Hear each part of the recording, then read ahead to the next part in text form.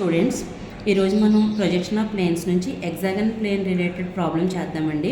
Hexagonal plane అనేది ఇలా ఉంటుందండి. హెక్సాగన్ అంటే 6 సైడ్స్ కదండి. 6 సైడ్స్ ఈక్వల్గా ఉంటాయండి. దీన్ని హెక్సాగనల్ ప్లేన్ అంటాం. అయితే ఈ ప్లేన్ గురించి ఏమేమి ఇచ్చాడంటే అండి, hexagonal plane of side 30 mm has an edge on the HP. ఒక సైడ్ 30 mm అంటే ఆల్ సైడ్స్ 30 mm ఉంటాయి.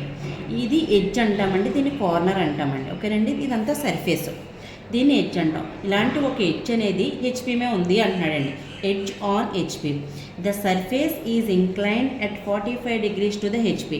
ఈ సర్ఫేస్ అంతా కూడా ఒక 45 degrees ఇంక్లినేషన్తో హెచ్పితో చేస్తుందండి. And perpendicular to the VP.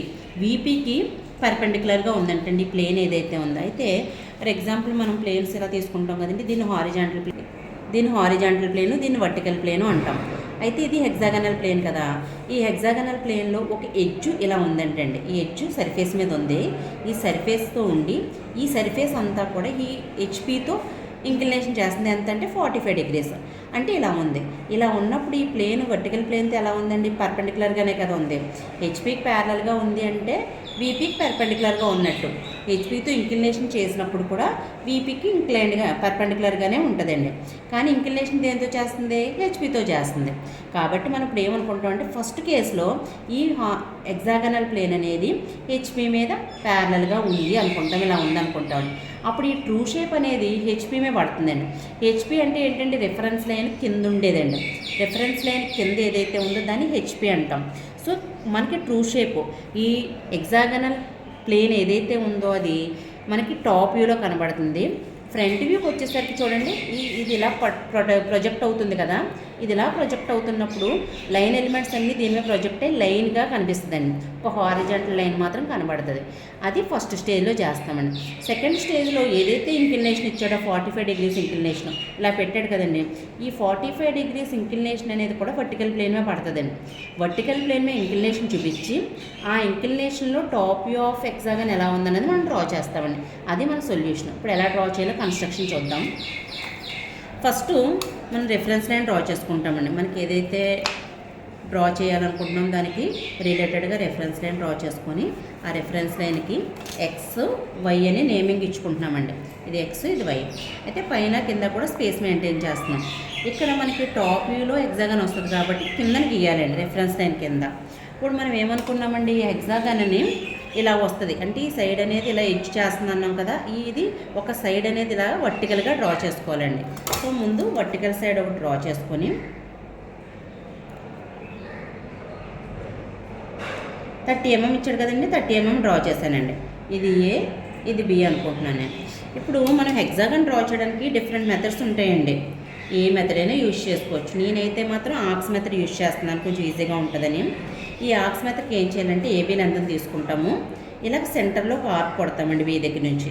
Same లెంత్తో ఏ దగ్గర నుంచి ఆర్క్ని బైసెక్ట్ చేస్తాం. ఇలా చేయడం వల్ల వచ్చిన పాయింట్ ఏదైతే ఉందో దీన్ని సెంటర్ పాయింట్ అంటామండి హెక్సాగన్కి. ఇప్పుడు మరి మిగతా పాయింట్స్ కావాలండి. ఏ దగ్గర నుంచి ఇలా పైకి ఒక ఆర్కు, సేమ్ సెంటర్ పాయింట్ నుంచి ఆర్క్ని బైసెక్ట్ చేస్తామండి. అలాగే బి దగ్గర నుంచి ఇలా కిందకు ఒక ఆర్క్ కొట్టి సెంటర్ పాయింట్ నుంచి దాన్ని బైసెక్ట్ చేస్తామండి. ఇప్పుడు సెంటర్ నుంచి ఇటువైపు ఒక ఆర్కు, దాన్ని ఈ ఇంటర్సెక్షన్ నుంచి బైసెక్ట్ చేస్తామండి. మళ్ళీ సెంటర్ నుంచి ఇటువైపు ఒక ఆర్కు, ఇక్కడ ఇంటర్సెక్షన్ కానీ పై ఇంటర్సెక్షన్ కానీ ఏదైనా యూజ్ చేసుకోవచ్చు అండి. ఇలా బైసెక్ట్ చేస్తాం.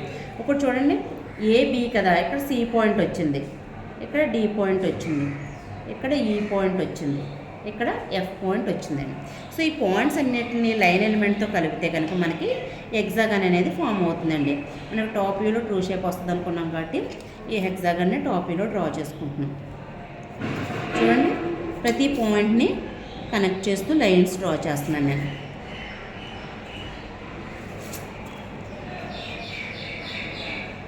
ఇది హెక్సాగన్ అండి. ఏబిసిడిఈఎఫ్ అనేది హెక్సాగను, ఇది ఓ అనేది సెంటర్ పాయింట్ అండి. ఇక్కడ నుంచి ఇప్పుడు మనం ఫ్రంట్ వ్యూ డ్రా చేసుకోవడానికి ప్రొజెక్షన్స్ తీసుకుంటాం. అప్ టు రిఫరెన్స్ లైన్ వరకు తీసుకోవచ్చండి. ఇది కూడా మనం అబోవ్ హెచ్పి కావాలంటే పెట్టుకోవచ్చండి, కానీ అదేం రూల్ కాదు, వాడు ఇవ్వలేదు కదా మనకి. కాబట్టి మనం రిఫరెన్స్ లైన్ వరకు డ్రా చేసుకుంటే సరిపోతుందండి. ఇక్కడ మనకి పెంటాగన్ యొక్క పొజిషన్ బట్టి ప్రొజెక్షన్స్ వస్తాయండి. ఇదే పెంటాగను ఈ సైడ్స్ అనేవి ఇలా హారిజాంటల్గా వచ్చి ఉంటే కనుకండి ఇంకో ప్రొజెక్షన్ ఎక్స్ట్రా అనేది వస్తుందండి. ఇలా 5 ప్రొజెక్షన్స్ వస్తాయి, ఇలా తిరిగి వస్తాయి. కానీ వర్టికల్గా సైడ్ ఉండడం వల్ల 3 ప్రొజెక్షన్స్ వచ్చాయండి. వీటి నేమ్స్ ఏం పెట్టుకోవచ్చండి? ఏ నుంచి వెళ్ళేది ఏ డాష్ అండి, బి నుంచి వెళ్ళేది బి డాష్, సి నుంచి వెళ్ళేది సి డాష్, ఎఫ్ నుంచి వెళ్ళేది ఎఫ్ డాష్, డి నుంచి వెళ్ళే పొజిషన్ డి డాష్, ఈ నుంచి వెళ్ళేది ఈ డాష్. ప్రతి సెగ్మెంట్ దగ్గర 2 పాయింట్స్ వచ్చాయండి ఈ పొజిషనింగ్ వల్ల, కన్స్ట్రక్షన్ ఇలా చేయడం వల్ల. ఓకేనండి. ఇప్పుడు ఏ డాష్ బి డాష్ దగ్గర నుంచి డి డాష్ ఈ డాష్ వరకు ఉన్న లెంత్ ఏదైతే ఉందో అది front view of hexagonal lamina. కరెక్ట్గా చూసుకునండి, ఆ లెంత్ వరకు మాత్రం మనం హారిజాంటల్ లైన్ డ్రా చేసుకుంటాం. ఇది ఫ్రంట్ వ్యూ, ఇది top view of hexagonal lamina. ఇది మన ఫస్ట్ స్టేజ్ ప్రాబ్లం అండి.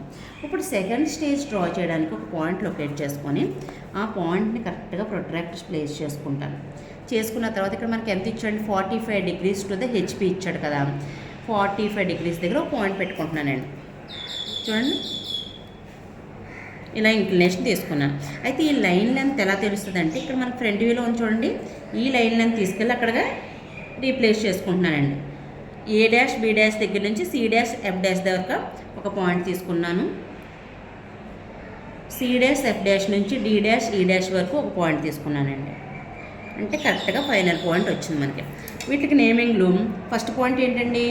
A1 dash B1 dash, second point C1 dash F1 dash, third point D1 dash E1 dash. ఎందుకంటే ఇక్కడ ఆల్ఫాబెట్స్ పెట్టాం, అటు కంటిన్యూషన్ 1 డాష్ 2 డాష్ అని నేను పెట్టుకుంటున్నానండి. అయితే ఇప్పుడు మనకి కావాల్సింది ఏంటండి? 45 degrees ఇంక్లినేషన్లో ఉన్నప్పుడు పెంటాగాన్ ఎలా కనబడుతుందో కావాలండి. దానికోసం నేను ఏం చేస్తున్నానంటే సెకండ్ స్టేజ్లో ఉన్న ఫ్రంట్ వ్యూ నుంచి వర్టికల్గా డౌన్వర్డ్ డైరెక్షన్లో ప్రొజెక్షన్స్ తీసుకున్నానండి.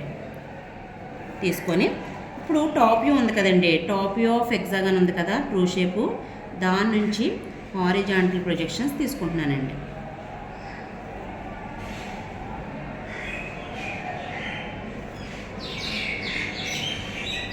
చూసారండి, 1 2 3 4, ఇక్కడ 1 2 3. ఇప్పుడు మనం పాయింట్స్ ఎలా పెట్టుకుంటామంటే అండి, ఏ నుంచి వెళ్ళే హారిజాంటల్ లైను, ఏ నుంచి వెళ్ళే వర్టికల్ లైను A1, బి నుంచి వెళ్ళే horizontal B vertical B1, C horizontal C vertical C1, D horizontal D vertical D1, E horizontal E vertical E1, F horizontal F vertical F1. మళ్ళీ again we got the 6 sides 6 points వచ్చాయండి. వీటిని మనం మళ్ళీ నీట్గా line ఎలిమెంట్తో join చేసుకుంటామండి.